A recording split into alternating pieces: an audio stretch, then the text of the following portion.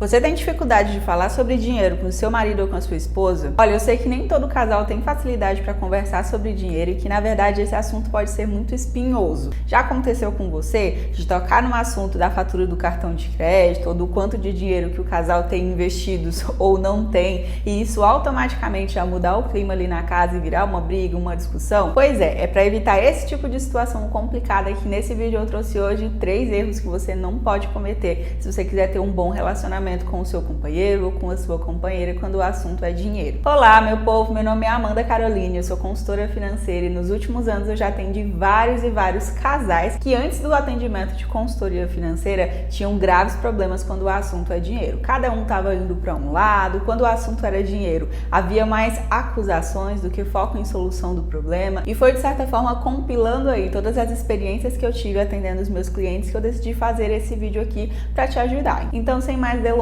vamos logo para o primeiro erro que você não pode cometer aí no seu relacionamento se você quiser que o assunto dinheiro deixe de ser um problema definitivamente. Erro número 1, não conversar sobre dinheiro. Eu acho até engraçado que esse ainda seja um erro bastante comum, porque hoje em dia, mesmo com tanta evolução, com a mulher saindo para trabalhar, com tantas facilidades, às vezes o casal trabalhando junto em casa, com tanta facilidade que as pessoas têm para falar sobre assuntos que antes eram tabu, como sexo, como educação, religião, política, enfim, as pessoas falam adoidado sobre vários assuntos que antes eram tabu, que antes elas evitavam falar, mas o dinheiro, por algum motivo, continua sendo um desses assuntos espinhosos que muitas vezes as pessoas se sentem até ofendidas assim quando são perguntadas. Então, às vezes fica assim um climão, sabe? Você tá namorando com uma pessoa e aí você pergunta pra ela quanto que ela ganha, ela já se sente ofendida, tipo, tá, por que você quer saber quanto que eu ganho? Por que você tá invadindo aqui a minha privacidade? Se alguém pergunta quais que são seus planos, seus sonhos, seus objetivos, você também não quer falar, tipo assim, se eu falar para as pessoas, vai impedir que isso se realize, vão colocar o olho gordo no meu sonho, enfim. Tem-se tanto ainda essa dificuldade de conversar sobre dinheiro, sobre riqueza, sobre realização de objetivos, que as pessoas acabam levando isso para dentro dos relacionamentos. E isso não poderia ser mais prejudicial. Porque no fim das contas, o que acontece? Na fase do namoro, as pessoas geralmente não falam sobre dinheiro ou falam muito pouco, sendo que o namoro nada mais é do que uma preparação para o casamento. Um momento em que você vai conhecer ali minimamente a pessoa, porque a gente sabe que conhecer totalmente é praticamente impossível no namoro, só quando os dois estão juntos ali, vivendo na mesma casa, que esse conhecimento vai se aprofundando ali, mas o namoro não deixa de ser esse momento de preparação, onde você vai conhecer os pensamentos que a pessoa tem sobre os assuntos que são mais sensíveis ali para você, os objetivos de vida que ela tem, a forma, com que ela encara certos problemas, certas situações, porque é só quando você conhece a forma de pensar dessa pessoa que você tem a oportunidade de pesar, de colocar ali na balança se os pontos de vista dela, se a forma com que ela vê, encara, vive a vida, estão ali em acordo com os que você tem e vive a sua vida também, para que assim, em conjunto, vocês possam ter um casamento que seja de fato sólido, que seja de fato duradouro. Na época que eu namorava ainda, eu descobri um livro que facilitou muito todo esse processo, toda essa caminhada com a gente, que é esse livro aqui, Casais Inteligentes Enriquecem Juntos, do Gustavo Cerbasi. Esse livro, ele é extremamente importante, tanto para quem ainda namora, para quem já é noivo, mas se você já casou, já tem problemas aí, porque você não conversou sobre dinheiro antes, não se preocupa, lê esse livro aqui também, que ele vai te ajudar muito. E nesse livro aqui, já no primeiro capítulo, tem uma parte que ele chama de horóscopo financeiro dos casais, que foi uma coisa que me chamou muita atenção na hora que eu tava lendo, porque basicamente ele estabelece alguns perfis que as pessoas podem ter em relação a dinheiro. Esse perfil, de certa forma, determina a forma com que a pessoa pensa sobre dinheiro e os comportamentos que elas têm. E quando a gente fala de um casamento, são duas pessoas ali se unindo, pode ser que sejam duas pessoas de perfis diferentes, porque nada mais natural que isso aconteça, já que são criações diferentes, então da forma com que você foi criada, as experiências anteriores que você teve sobre esse assunto vão determinar suas crenças e seus comportamentos. Então é bastante comum que duas pessoas de perfis diferentes se unam, e aí para que esse casamento não vire assim uma ruína, é preciso saber conciliar aí essas diferenças para que o casal consiga prosseguir. Então, no livro Gustavo Cerbasi trabalha em 5 perfis básicos, que o primeiro de todos, vou até pegar aqui o livro para me ir lendo com você. vocês. É o perfil do poupador, que é aquela pessoa que sabe que é importante guardar e que por causa disso ela não se importa nem um pouco em restringir ao máximo os gastos atuais, porque ela tá focando em aumentar ali aquela poupança. Depois tem o extremo oposto disso, que são os gastadores, que são aquelas pessoas para quem o importante é viver bem hoje, porque o amanhã pode não existir. Já ouviu essa frase aí? E aí elas acabam comprometendo grande parte da sua renda ou até mais do que ganham, porque elas querem consumir ali a cada vez mais, querem viver bem o hoje, independente do amanhã. O terceiro perfil são os descontrolados. São aquelas pessoas que não sabem quanto entram, nem sabem quanto sai. A cada mês parece que o dinheiro dura menos ainda, estão sempre cortando gastos, mas nunca tem o suficiente. Então o descontrolado, ele é um nível a mais ainda, além ali do gastador, porque o gastador, ele quer sempre consumir, mas geralmente essas pessoas são aquelas que estão assim, sempre vivendo de acordo com o que ganham. O descontrolado, ele nem sabe quanto que ele ganha, quanto mais o que ele está gastando. Então é uma pessoa totalmente sem organização financeira e com isso ela não consegue de fato ter controle nenhum sobre a sua renda e os seus gastos. O quarto perfil são os desligados. E aqui eu quero abrir um parênteses, porque quando eu comecei a namorar com meu marido lá atrás, que eu li esse livro, chegou nessa parte aqui, eu já identifiquei que esse era o perfil dele. Quem que é o desligado? São aquelas pessoas que gastam menos do que ganham, mas não sabem exatamente quanto. Elas até poupam o que sobra, quanto sobra, mas elas não têm muitos objetivos, não pensam muito sobre investimentos e às vezes até lidam com o dinheiro como se não fosse uma coisa assim tão importante, uma coisa secundária, sabe? Aí a gente tem o último perfil, que é o perfil financista. São rigorosos no controle de gastos com o propósito de economizar. Nem sempre o objetivo é poupar, às vezes pretendem acumular para poder comprar mais, pagando menos.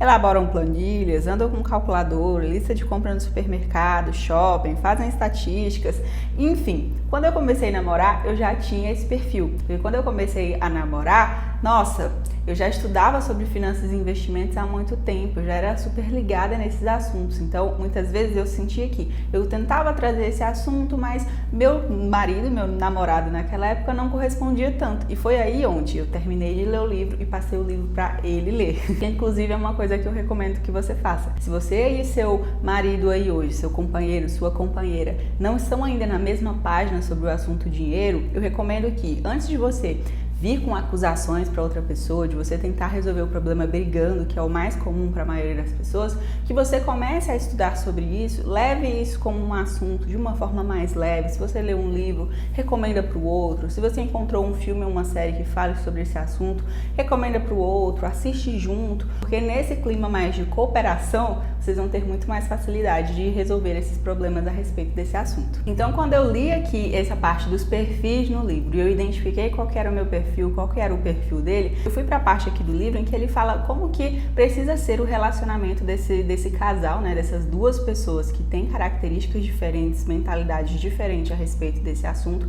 para que o dinheiro não se torne um problema. Então, aqui na parte do horóscopo, né, entre o desligado e o financista, que era o meu caso, ele diz assim, ó: se não houver muita conversa em relações desse tipo, o financista tende a assumir o controle das finanças sem a colaboração do desligado, que achará o excesso de controle financeiro um exagero. Porém, se ambos souberem lidar com o comportamento do parceiro, o relacionamento resultará em um verdadeiro sucesso financeiro, pois o desligado não criará empecilhos à construção de planos e se saberá desfrutar de cada conquista a seu tempo. No nosso caso, o que aconteceu foi até um pouco diferente, porque eu acabei apresentando esse mundo das finanças e dos investimentos para o meu namorado, ele também se apaixonou e quando a gente chegou realmente ao ponto do casamento, nós já estávamos bem assim na mesma página. Então a forma com que nós planejamos o nosso casamento, a nossa lua de mel, foi tudo 100% juntos assim. Mas agora vamos partir logo para o segundo erro que você não pode cometer se você quiser que o assunto dinheiro não seja um tema espinhoso aí na sua casa. Esse erro é continuar tendo uma visão individualista. Eu não sei você, mas eu sou cristã e eu acredito que num casamento são duas pessoas que se tornam uma só ali. A partir do momento que você faz os seus votos diante de um sacerdote,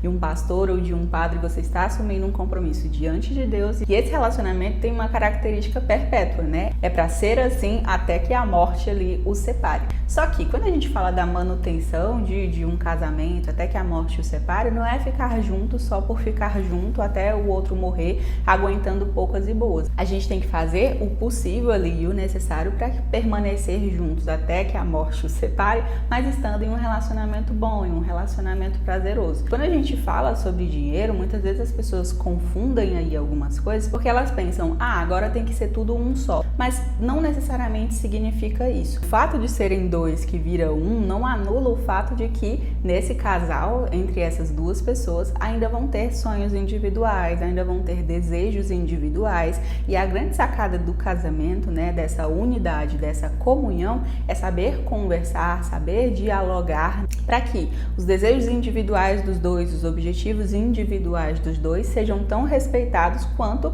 os desejos e objetivos que os dois têm como casal. Então aqui em casa eu tenho os meus desejos de consumo, meu marido tem os desejos de consumo dele, e nós como casal também temos os nossos desejos, os nossos sonhos, as nossas metas, os nossos objetivos. E a grande sacada para fazer com que um relacionamento seja sólido, seja duradouro e o assunto dinheiro não se torne um problema cada vez mais frequente é saber conciliar todas essas coisas. Porque se vocês não souberem conciliar essas coisas, se vocês não souberem conversar sobre esses assuntos, vai ficar uma atmosfera em que cada um puxa para um lado, em que ao invés de haver um companheirismo, ao invés de haver de fato essa comunhão que é necessária no casamento, cada um vai estar competindo ali um com o outro. E não é isso que a gente quer num casamento, porque senão não vai ser possível cumprir ali de forma sustentável os votos que a gente mesmo fez na hora que a gente se casou ali. Mas agora, antes da gente continuar esse vídeo, eu já quero te pedir para deixar o seu like se você está gostando do que você ouviu até aqui, e também para você se inscrever no canal,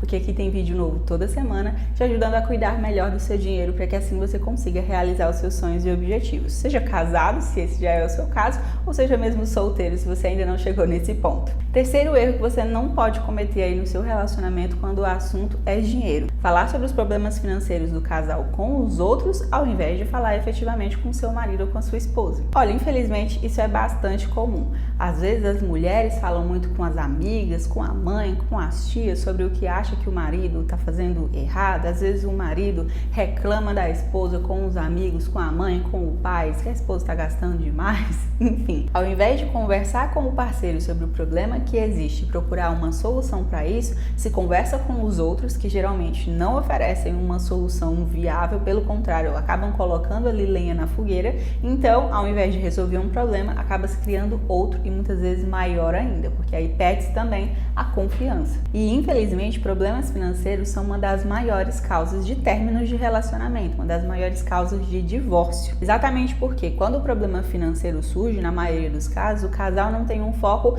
em solucionar esse problema, mas sim um foco em colocar a culpa no outro, em ficar o tempo todo decidindo quem foi o mais responsável por isso que aconteceu. O foco está ali no problema e não está na solução. O foco está em competir, descobrir quem está certo e quem está errado, e não em solucionar o problema. E para evitar que isso aconteça no seu relacionamento, é extremamente importante que você entenda que um relacionamento é uma comunhão, é uma parceria, como nós acabamos de falar. São dois que se tornaram um. Então, se há um problema financeiro, é importante que você entenda que você também tem a sua parcela de responsabilidade. Se vocês vivem num relacionamento em que os dois não conversam sobre esse assunto, em que a pessoa faz o que ela quer e você faz o que você quer, existindo um problema financeiro, os dois ainda assim vão ter uma parcela de responsabilidade nesse assunto, porque de certa forma você se omitiu em ajudar o seu parceiro ou a sua parceira a tomar boas decisões, você não se preocupou em o ajudar, você não se preocupou em colaborar para que essas boas decisões fossem tomadas e assim esse problema não existisse,